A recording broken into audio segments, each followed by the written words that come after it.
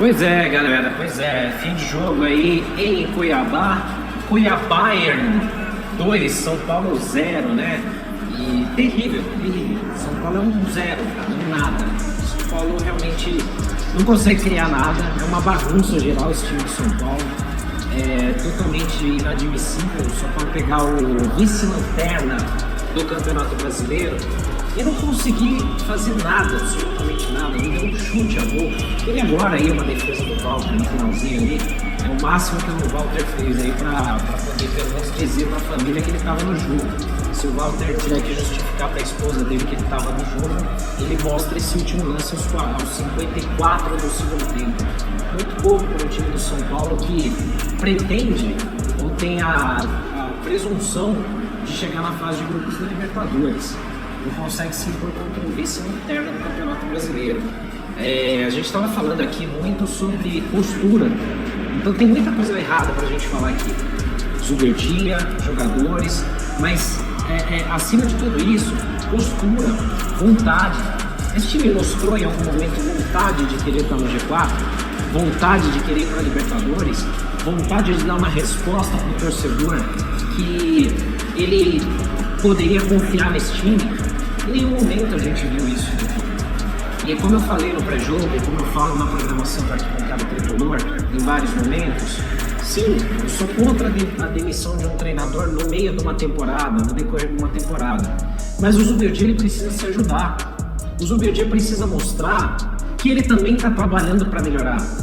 E o que a gente vê? O mesmo time sendo escalado, com os mesmos erros, os mesmos jogadores sendo insistentemente escalados.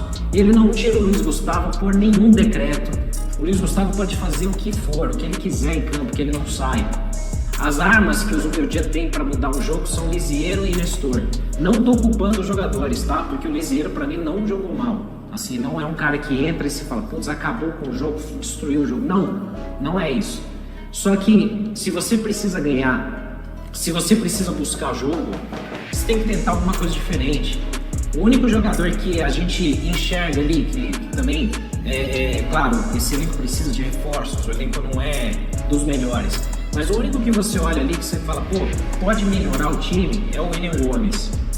E aí você começa um jogo com 49 graus, com o Rafinha, que já está caminhando para seu término de carreira. Você já começar com um a menos, já começa por aí. O Luiz Gustavo, que você precisa de intensidade de marcação no meio de campo para um primeiro volante, pegador, que proteja a defesa, o Luiz Gustavo não é esse nome. Então você já começa o jogo com 2 peças a menos. Ou com 2 peças que vão ter 15, 20, 30 minutos de tanque de oxigênio para aguentar um jogo desse calor. E o que a gente falou no primeiro tempo, as falhas do São Paulo, onde o São Paulo tomou gols, foram justamente nas falhas dos nossos volantes. Um primeiro volante que acaba não conseguindo marcar, ele tem uma boa qualidade de passe, ele tem uma boa qualidade para sair para o jogo, beleza, ok, tudo bem, mas não consegue marcar sozinho. Então você tem o Luiz Gustavo ali falhando numa marcação ali, olhando a distância, o Bruno Alves, você pode até falar, pô, quem quer esperar o Bruno Alves dando uma bicicleta na área, mas marca o cara, vai no corpo dele. E no segundo gol sofrido, o Bobadilha dando todo o espaço do mundo e toda a possibilidade para que o jogador Cleison, o jogador do Cuiabá, pudesse escolher e medir a velocidade do vento, pensar onde que ele ia bater aquela bola.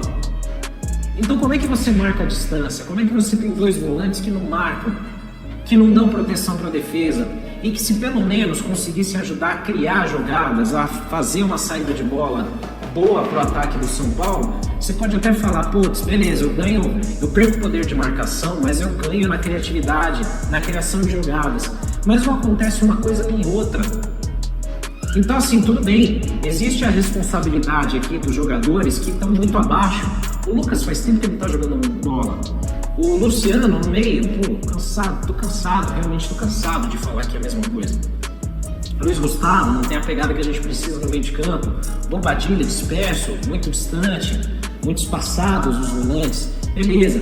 A postura dos jogadores também, apática para um time que quer brigar pelo G4. Só que também você tem que ter um treinador que tenha essa leitura. que consiga enxergar isso, consiga ver que de repente uma convicção não tá sendo mais aplicável. O Zubeldia, ele parece que ele tem uma mesma ideia e ele morre com essa mesma ideia.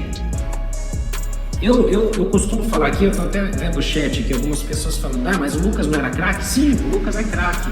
O Lucas no time do Palmeiras jogaria muito mais bola do que joga no São Paulo. O Lucas no time do Botafogo arrebentaria.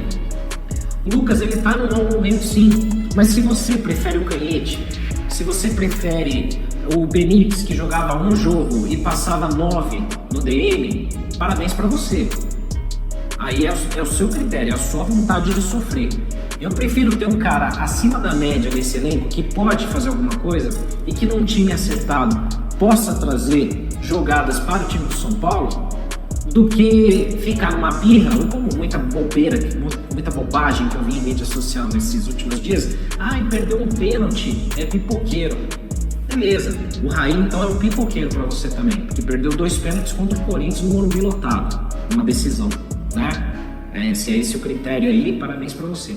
Eu acho o seguinte, é muito fácil escolher o caminho fácil, a narrativa fácil, de chegar e falar assim, Lucas é pipoqueiro, você tem jogadores aí que não prestam e é só trocar o treinador. Tem muita coisa errada. Tem a culpa do Zubeldia, tem a culpa dos jogadores, tem culpa da gestão, da diretoria sim, né? Tem um monte de fatores aí ao mesmo tempo. Você não vai resolver o problema só mexendo em uma dessas peças.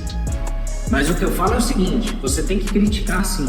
Tem que criticar Lucas, tem que criticar Luciano, tem que criticar todo mundo que entra em campo com uma postura apática dessa daí. Porque o time que jogou desse jeito aí, ele não merece chegar na Libertadores no ano que vem. Ele tem que camelar na pré-temporada em fevereiro, no Carnaval, fazendo esses caras terem que se apresentar e jogar bola no Paulistão e numa pré-Libertadores pegando lá uma altitude na Bolívia. É o que esses caras estão merecendo com essa postura ridícula aí.